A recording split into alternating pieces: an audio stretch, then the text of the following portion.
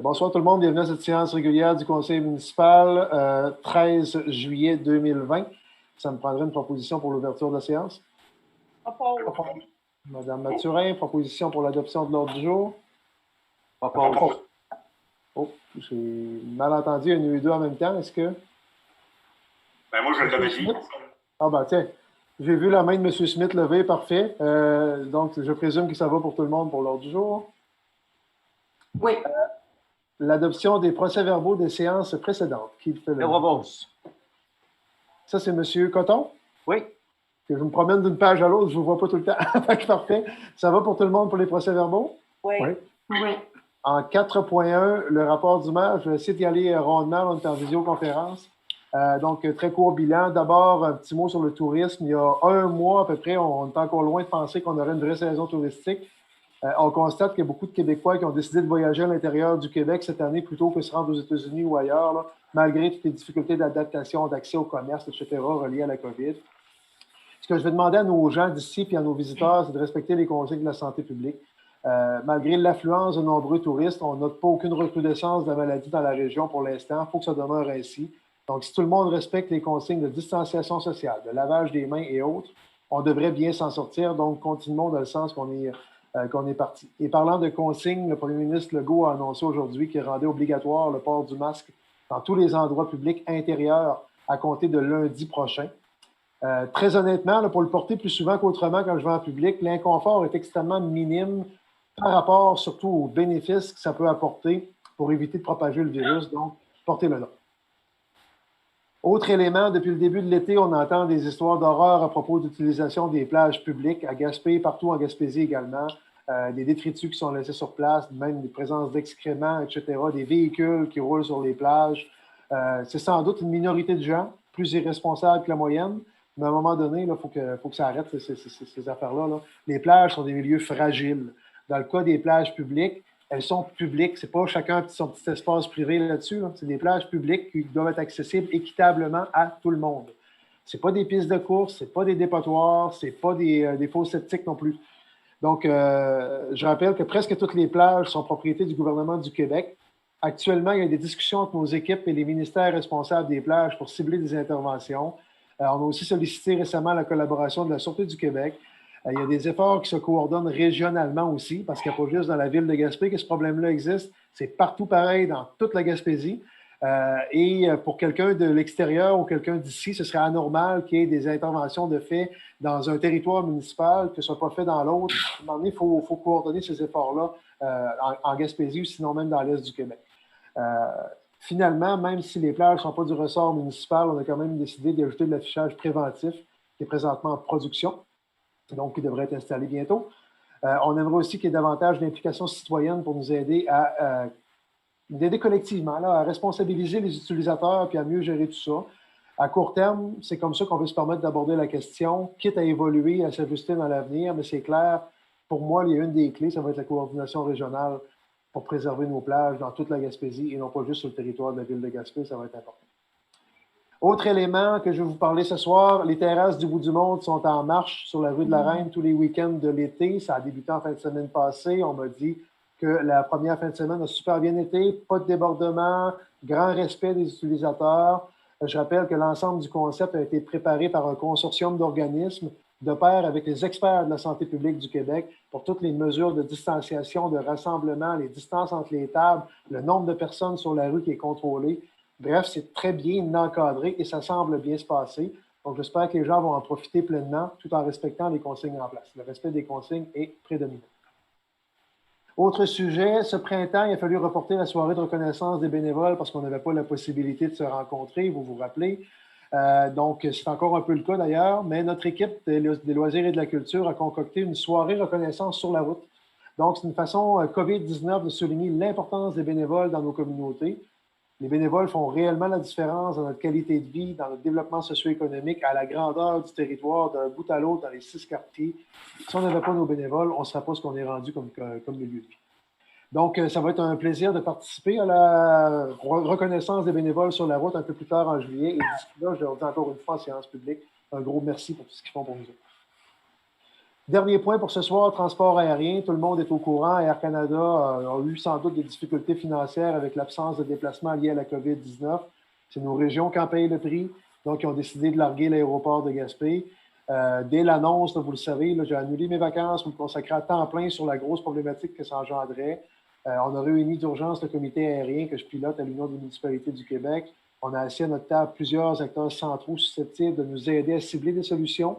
Là, on est en train de rencontrer tous les transporteurs susceptibles de relancer le transport aérien régional au Québec. Puis on rencontre d'autres partenaires également qui peuvent donner leur coup de pouce là-dessus. Il y a différents projets sur la table également. Il y en a un qui est sorti tout frais du four tout à l'heure, le projet de coopérative qui vient de sortir. Il y a un projet de régie intermunicipale qui est sorti la semaine passée. Bref, il y a une occasion en or. Une fois que le géant a quitté la pièce, il y a une occasion en or de revoir comment on fonctionne en transport aérien régional. Donc, tout le monde est d'accord là-dessus. Le modèle est à revoir. C'est anormal qu'un service essentiel repose entièrement entre les mains d'entreprises privées qui opèrent sur un total libre marché, sans encadrement quant aux dessertes, aux tarifs, etc. Autre élément aussi dans ce dossier-là, le ministre des Transports du Québec, François Bonnardel, a reconnu l'urgence et l'importance de la situation, qui, même si le transport aérien relève du fédéral, l'absence de transport aérien provoque des conséquences majeures sur nos services de santé, sur notre économie, sur la clientèle touristique, etc. Donc, le ministre Bonnardel a aussi lancé une table de travail à laquelle je vais participer. Ça bouge très, très, très vite. Et à travers tout ça, je le répète, c'est le système du libre marché qui prévaut. Pour Gaspé, il y a un transporteur qui a montré un très, très grand intérêt à prendre le marché de Gaspé d'ici la fin août. Je ne peux pas parler pour lui, encore une fois, mais on s'attend à avoir des annonces très bientôt. N'empêche qu'on devra quand même s'il y a des transporteurs qui vont sûrement venir couvrir les aéroports abandonnés par Air Canada, il faut quand même revoir le modèle pour offrir plus de sécurité aux citoyens. Quand je parle de sécurité, je ne parle pas de la sécurité dans l'avion, je parle de la sécurité au niveau de la stabilité des dessertes, au niveau de l'encadrement de tout ça, et aussi sur le fait de rendre le service plus abordable. Ça aussi, ça prend un certain encadrement là-dessus. On ne sait pas ce qui va aboutir des travaux. Ce que je peux vous dire, c'est que je suis à la table du ministre Bonnardel pour adresser ces questions-là. Voilà. Donc, ça complète mon message pour ce soir. Je souhaite à tous et à toutes un bel été. Monsieur le maire, peux-tu intervenir? Oui, M. Grandin? Je veux vous féliciter. Premièrement, vous faites partie de la table comme président au niveau des transports régionaux. Et deuxièmement, on vous a entendu sur les médias régulièrement. Vous avez même annoncé avant que la compagnie annonce, puis je pense que c'est un plus pour la ville de Gaspé, parce que nos citoyens, là, ça nous prend un transport. Puis deuxièmement, ce que vous avez dit, moi, je pense que vous travaillez fort là-dessus, puis je vous félicite. Merci infiniment. Mais il reste que Air Canada est plus là pour compétitionner, là, parce que les billets à 1 500 $, c'est pas ça que les gens veulent. Mais si on veut revenir en arrière avec des années pas de Québec Air, mais des années que normalement les gens peuvent embarquer dans l'avion pour s'en aller à Montréal ou à Québec, je pense être là la personne désignée pour faire un bon travail. Merci beaucoup. Merci beaucoup, M. O'Connor, pour vos bons commentaires. En une semaine, j'ai accordé près d'une 60aine d'entrevues médiatiques coast to coast en français et en anglais. On a été hyper actifs sur le dossier. Ce que ça prend, ça va être des résultats. Puis vous avez raison, il ne faut pas retomber avec des prix de billets d'avion qui n'ont pas de sens. Vous avez eu des bons commentaires, vous le dites. Merci les beaucoup. gens m'ont parlé, ils vous ont entendu, puis je vous porte le message. C'est gentil. Merci beaucoup, M. O'Connor. Je l'apprécie énormément. Merci. Les tables d'Aldo, c'est souvent notre paye, les tables d'Aldo, fait qu'on l'apprécie doublement. Non, je vous porte le message, je l'ai entendu. Excellent. Fait que ça complète mon rapport du maire. Donc, en 4.2, c'est l'état des revenus et dépenses. Donc, on a reçu ça en séance de travail tout à l'heure. Il n'y a rien de majeur à signaler, mis à part ce qu'on mentionne depuis le début de la crise de la COVID. C'est les pertes au niveau de l'aéroport. Par contre, le ministre Bonnardel m'a reconfirmé la semaine dernière que son équipe au ministère travaille sur un programme de compensation pour les aéroports qui ont connu des déficits d'opération en raison de la pandémie. Fait que, on espère que ça va nous permettre de redresser les finances. Parce qu'à part de cet élément-là, les finances sont très, très saines. Mais il y a juste l'élément aéroport là, qui ressort dans notre état des revenus et dépenses. Donc, c'est simplement pour un dépôt. En point 5, c'est la période de questions du public. On ne m'a pas mentionné qu'on en avait. Donc, je présume qu'il n'y avait pas de questions reçues du public.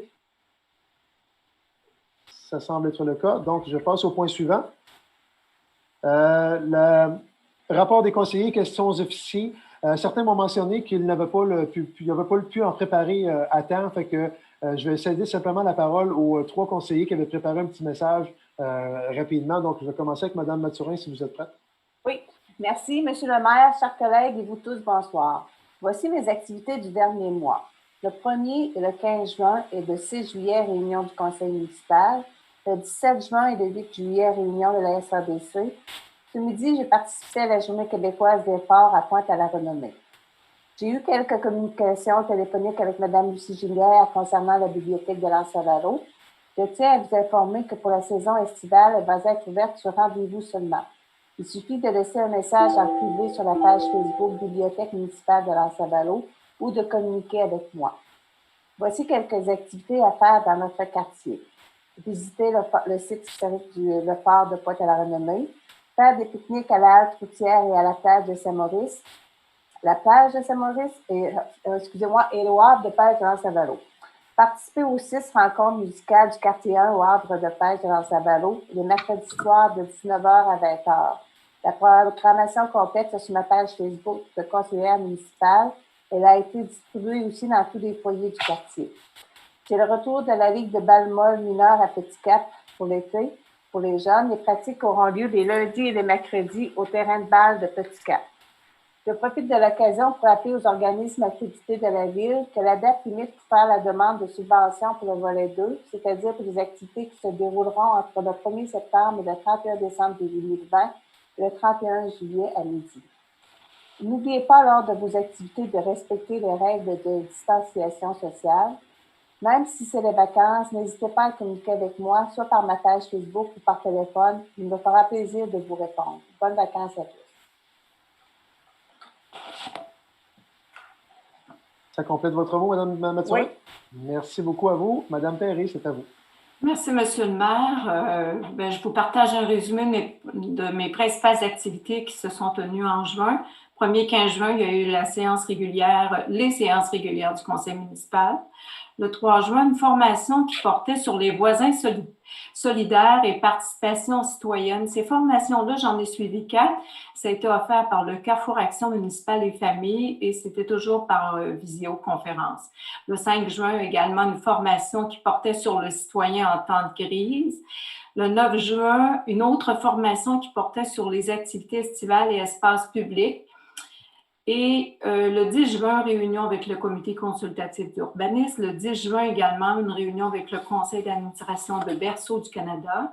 Le 16 juin, une autre formation qui portait sur la relance sociale, qui était toujours offerte par le Carrefour Action municipale et famille.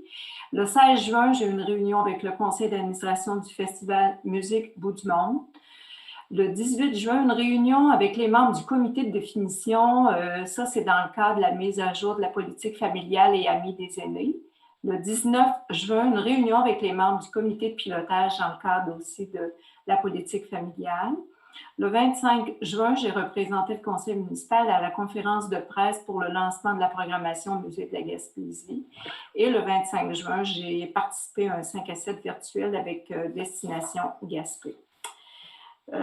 J'enchaîne avec, j'aurais une question pour Monsieur le maire. Vous avez certainement entendu aujourd'hui sur les médias qu'on vit une problématique importante de pénurie de places en garderie.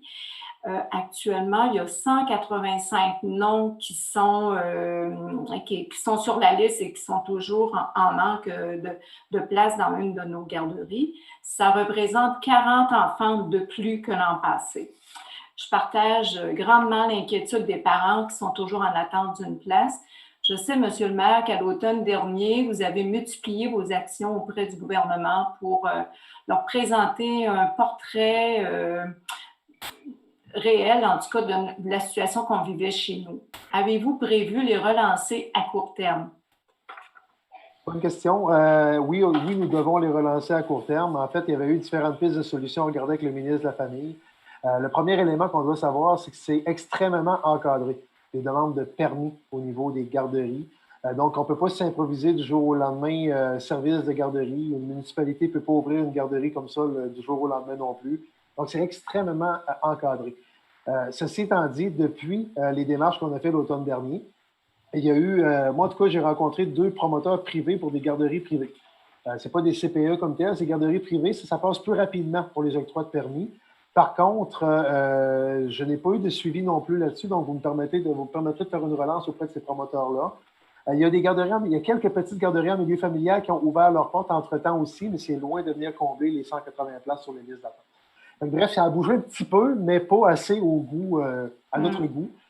À travers tout ça, il y a eu appel de projets, mais les appels de projets pour agrandir ou pour ouvrir des CPE, c'est extrêmement long avec le ministère de la Famille. Donc, le ministre était très sensible, était très en mode solution.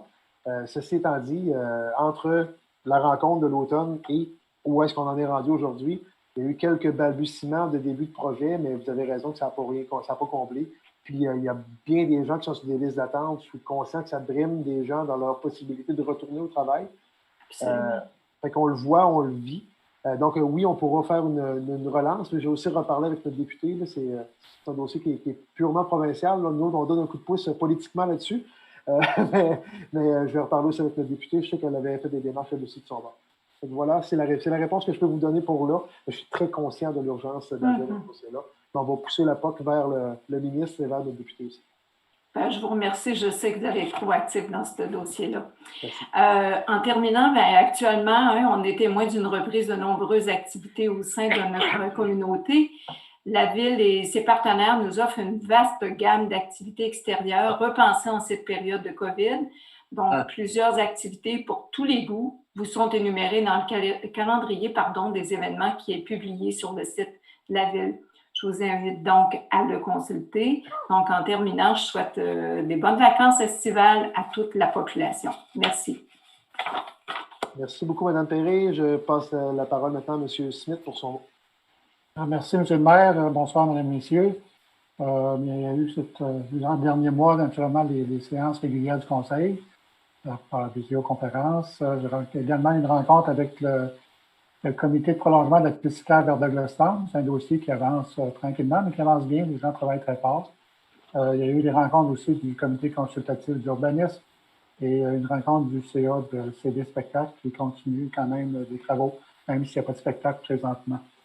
J'ai reçu également durant le mois beaucoup d'appels, beaucoup de courriels et beaucoup de textos de gens qui s'inquiétaient de l'état de nos plages présentement et qui voulaient en parler, d'en discuter. Ils ont raison.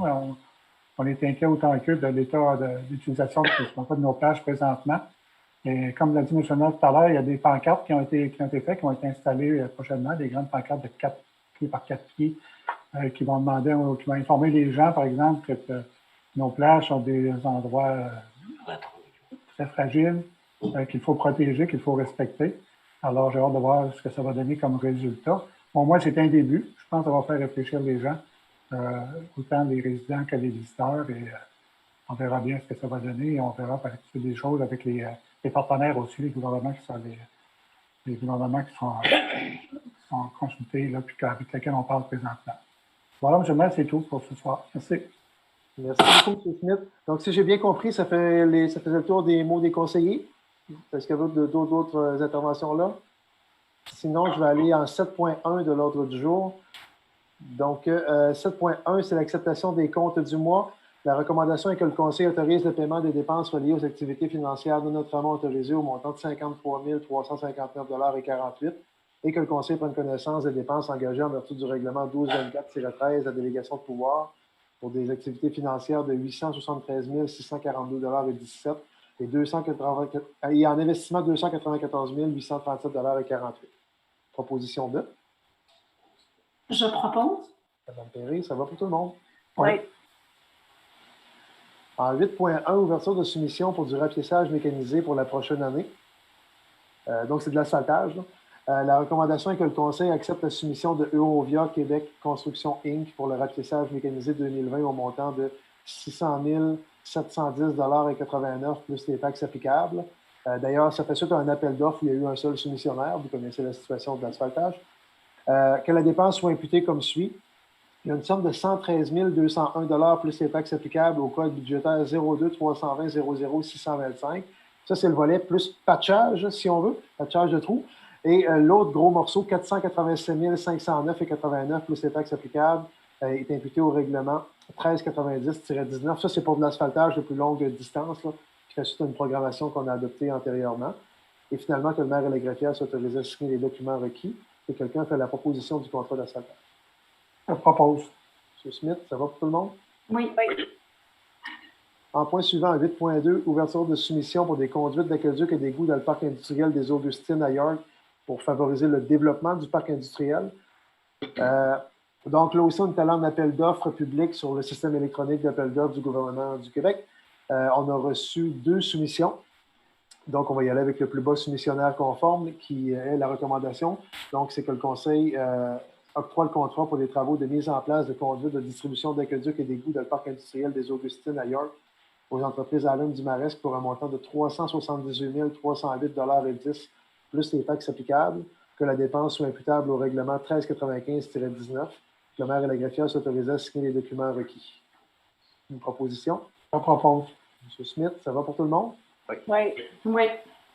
Parfait, ça va permettre à des entreprises de s'installer. Il y a déjà des entreprises qui cognent aux portes là, pour s'installer. Une entreprise à tout le moins qui cogne aux portes pour s'installer dans ce coin-là, mais ça va désenclaver des terrains. Ensuite, en 8.3, ouverture de soumission pour des services professionnels pour les plans et devis pour la réfection des surpresseurs du boulevard de Gaspé et de la rue Forêt. Ça fait suite, ça c'est dans la programmation des composantes d'aqueduc et d'égouts qui ont déjà été adoptées antérieurement. Donc, on est allé en appel d'offres aussi sur les systèmes publics. On a reçu 2 propositions. La recommandation est que le Conseil octroie le contrat pour les services professionnels en plans et devis pour le projet de réfection des surpresseurs du boulevard Gaspé et de la rue Forêt à Tetra-Tech QI Inc. pour un montant de 49 840 plus les taxes applicables. C'était le plus bas soumissionnaire, on s'entend. Que le montant soit imputable à la taxe sur l'essence, le programme TEC 2019-2023, et que le maire et la greffière soient autorisés à signer les documents requis. Proposition de? Propose. Je l'ai entendu en double. Madame Mathurin, ça va pour tout le monde? Oui. En 8.4, services professionnels pour des contrôles qualitatifs pour des conduites d'aqueduc et d'égouts dans le parc industriel des Augustines à York. Donc, ça fait suite. C'est le même dossier que le 8.2 qu'on vient de passer, sauf que là, c'est les contrôles de matériaux. Donc, la recommandation, en talent d'appel d'offres, ou en demande de prix, on a reçu un seul prix qui s'est avéré conforme. La recommandation est que le Conseil octroie le contrat de contrôle qualitatif lors des travaux de mise en place de conduites de distribution d'aqueduc et d'égouts dans le parc industriel des Augustines à l'entreprise Englobe pour un montant de 6 115 plus les taxes applicables, que le montant soit imputable au règlement 1395-19, pour que le maire et la greffière soient autorisés à signer les documents requis. Je propose. Proposition de M. Smith, ça va pour tout le monde? Oui. En 8.5, ouverture de soumission pour la fourniture de gaz propane. C'est pour le prochain garage municipal dans l'ancienne usine GDS. Donc là aussi, on est allé en appel d'offres. On a reçu une offre seulement qui s'est avérée conforme. La recommandation est que le Conseil octroie le contrat pour la fourniture de gaz propane au Centre de services de travaux publics à l'entreprise Les Pétroles BSL SEC au montant de 59 sous du litre, plus les taxes applicables, que le montant soit imputé au règlement 1391-19 et que le maire et la greffière soient autorisés à signer les documents requis. Proposé par Je le propose. M. Fournier. Ça va pour tout le monde? Oui. Maintenant, on arrive au point d'urbanisme en 9.2.1, renouvellement de mandat de 3 membres du comité consultatif d'urbanisme qui ont manifesté un intérêt à poursuivre et dont le mandat venait à échéance. Donc, la recommandation est que le Conseil renouvelle le mandat de Mme Jannick Coton et Chantal Rochefort, ainsi que de M. Arthur Savage jusqu'au 6 mai 2022. Propose. Proposé par Mme Mathurin. Ça va pour tout le monde? Oui. On arrive en 9.3.1, loisirs et culture, aide financière au camp de jour pour l'été 2020. Donc, comme vous le savez, ce n'est pas tous nos camps de jour qui vont pouvoir opérer, mais ceux qui le font à plus grand trait que d'habitude. Nous, on avait un montant au budget municipal pour aider nos camps de jour pour la prochaine année. Donc, on va maintenir le même montant, on va le répartir un peu en suivant les mêmes principes que d'habitude. Donc, une forme de prorata, un montant de base plus un prorata du nombre d'enfants. Et on va ajouter un paramètre qui est un peu l'indemnisation pour les surcoûts reliés à la COVID. Là. Donc, on devrait respecter globalement le budget ce qu'on avait mis comme montant dans le budget global de la Ville pour les camps de jour. Donc, la recommandation est que le Conseil adopte le principe de répartition de l'enveloppe financière 2020 consentie par la Ville de Gaspé pour les camps de jour de Gaspé et Rivière-au-Nord, ainsi que les conditions d'octroi de ces aides telles que présentées. Que la Direction des loisirs et de la culture soit autorisée à verser ces aides après réception des documents requis et que la dépense pour les aides aux camps de jour soit imputée au poste 02 701 50 454 et 02 701 50 999. Proposé par Je propose. Mme Perret. Ça va pour tout le monde? Oui. Oui. En service administratif 951, acquisition de la licence Microsoft Office 365. Fait que les logiciels qu'on utilise présentement datent de 2010 et en fait, ce serait plus possible de pouvoir les mettre à jour, donc il faut moderniser le système au complet. Donc, la recommandation est que la Ville accepte la proposition de TELUS afin de procéder à l'installation de la configuration de Microsoft 365 au coût de 8 400 plus les taxes applicables. Que la Ville accepte également les frais d'abonnement mensuels pour la licence de 70 utilisateurs au coût de 944,25 plus les taxes applicables. Ça, on le payait déjà actuellement avec l'ancienne licence, l'ancien logiciel. Et finalement, que la dépense soit imputable au fonds de roulement remboursable sur 5 ans pour le financement des frais d'installation et de configuration et que les frais d'abonnement mensuels soient imputés au code 02 190 00 414. Proposé par Je propose. Mme Perret. Ça va pour tout le monde? Oui. Oui. 952, modification au bail de location de la compagnie de location d'Auto Enterprise Canada à l'aéroport Michel Pouliot de Gaspé. On peut parler de la COVID, on en a parlé sur le transport aérien. C'est le même impact sur le transport routier au niveau des compagnies de location de véhicules. Celui qui a les espaces de location à l'aérogare de Gaspé a été frappé de plein fouet. Et la manière dont c'est... En fait, il y a une location mensuelle, ça va. C'est qu'en plus de la location mensuelle, il y a une partie des revenus de location qui doivent rentrer à la Ville, mais on s'entend que les revenus de location sont pas au rendez-vous parce qu'il n'y a quasiment pas de location de véhicules qui se sont faites depuis le début de la crise. Donc, en conséquence, on a une recommandation que le Conseil accepte de modifier l'article 5.1 du contrat entre la Ville de Gaspé et Enterprise Canada afin de réduire le minimum annualisé garanti de 4 367 par mois plus les taxes applicables à 50 de ce tarif, soit pour un minimum annuel garanti de 2 183,50 par mois plus les taxes applicables. Ça ne change rien sur le bail de location du comptoir comme tel, c'est vraiment ce volet-là qui est changé.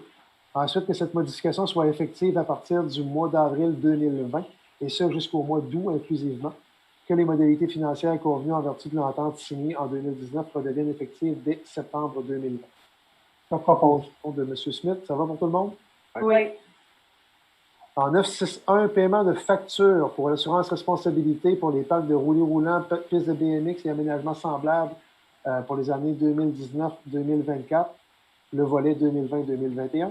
Donc, la recommandation, c'est que le Conseil autorise le directeur du service administratif à acquitter la facture d'assurance responsabilité pour les parcs de roulis-roulants, pistes de BMX, aménagements semblables auprès de BFL Canada, représentant autorisé de l'Union des municipalités du Québec, au montant de 1 562,58 toutes taxes et frais inclus, que ce montant soit imputable au code 02 190 00 420.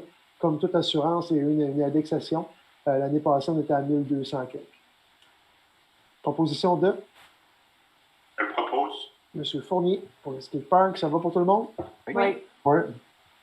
On arrive en 962, maire suppléant et substitut du maire. Donc, on y va toujours en alternance. La recommandation est que le conseiller régional Coton soit nommé maire suppléant pour une période de 4 mois, soit du 13 juillet au 31 octobre 2020, tel que prévu par l'article 56 de la loi sur les cités et villes, ainsi que substitut du maire en vertu de l'article 210.24 de la loi sur l'organisation territoriale municipale. Est-ce que M. Coton va l'accepter? Oui, j'accepte. Oui. Est-ce que quelqu'un a fait la proposition? Je vais faire la proposition. Madame Perret, ça va pour tout le monde? Oui. Excellent. Ça nous amène donc en 963, acceptation d'un projet d'amendement au règlement 1172-12 et date de consultation. Madame la greffière. En fait, ce point est rayé de l'ordre du jour, Monsieur le maire. Vous avez bien raison. Merci de me rappeler à l'ordre. Je l'avais noté à part. Donc, le point est rayé de l'ordre du jour. On va en reparler d'ailleurs de ce point-là incessamment. 964, modification de la procédure de consultation des personnes intéressées.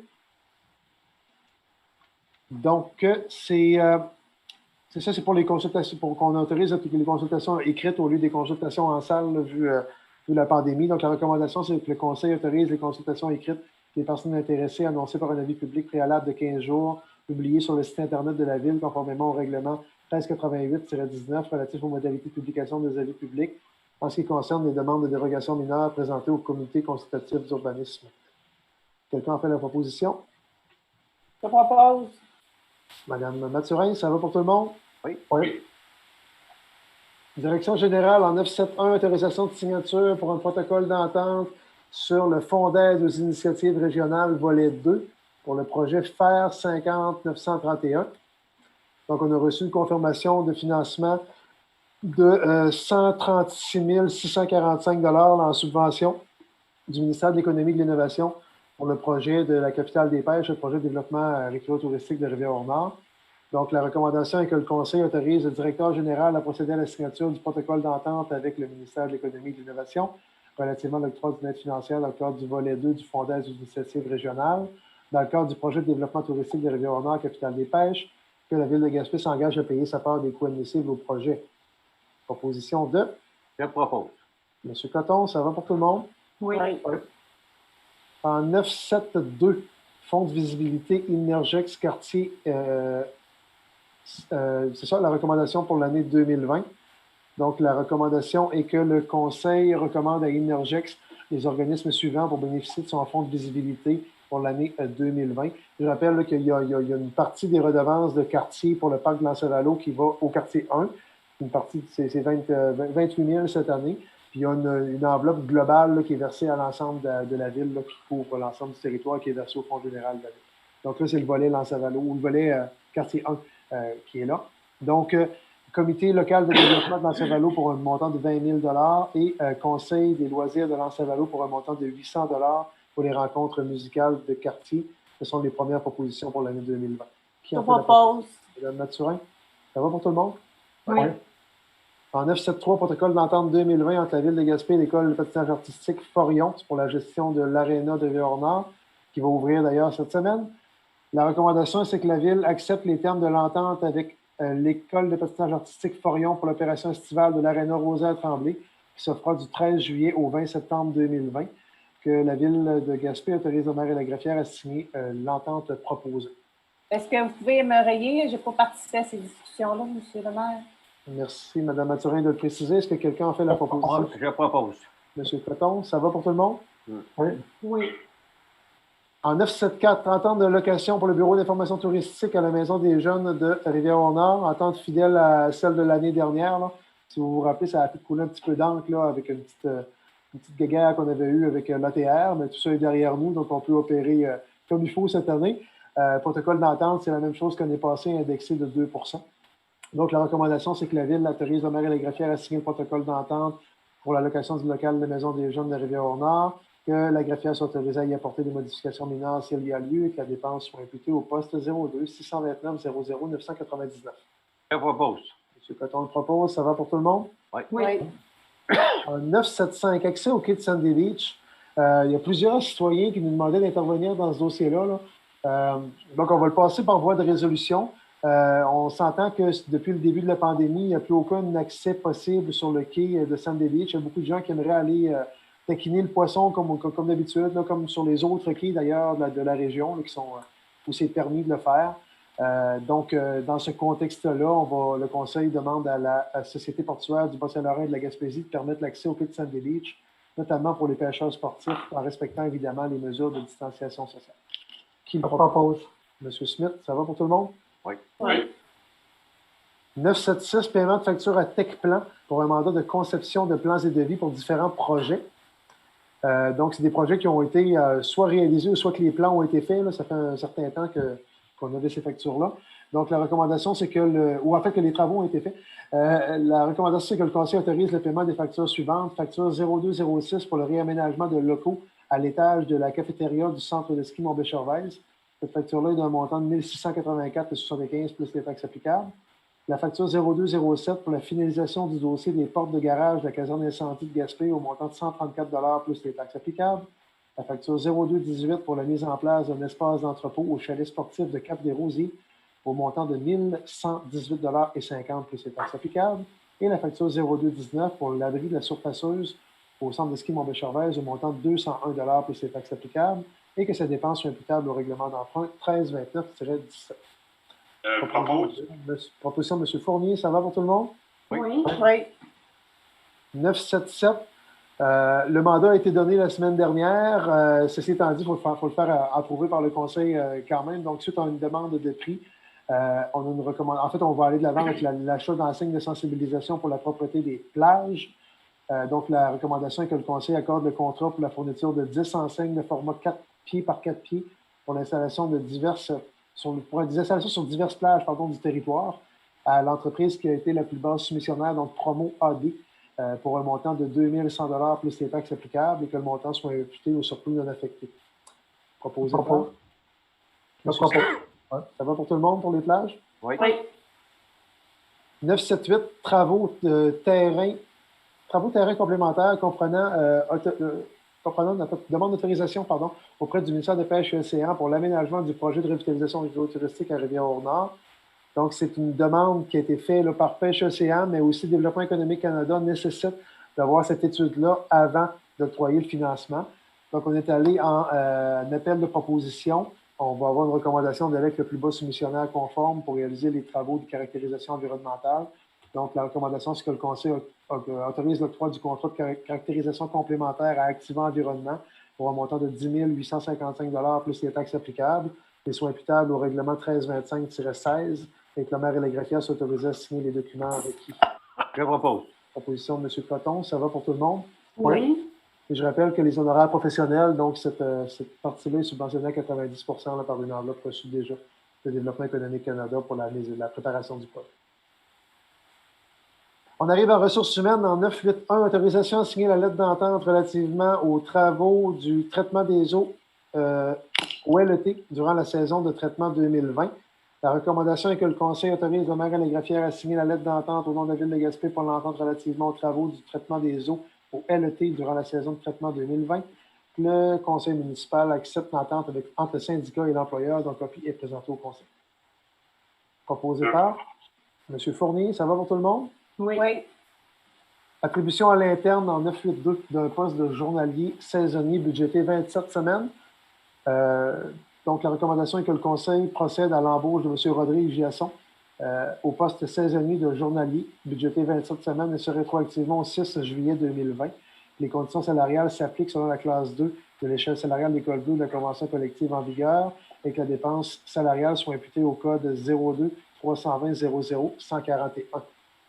Proposition 2. Je propose. M. Smith, ça va pour tout le monde? Oui. Merci.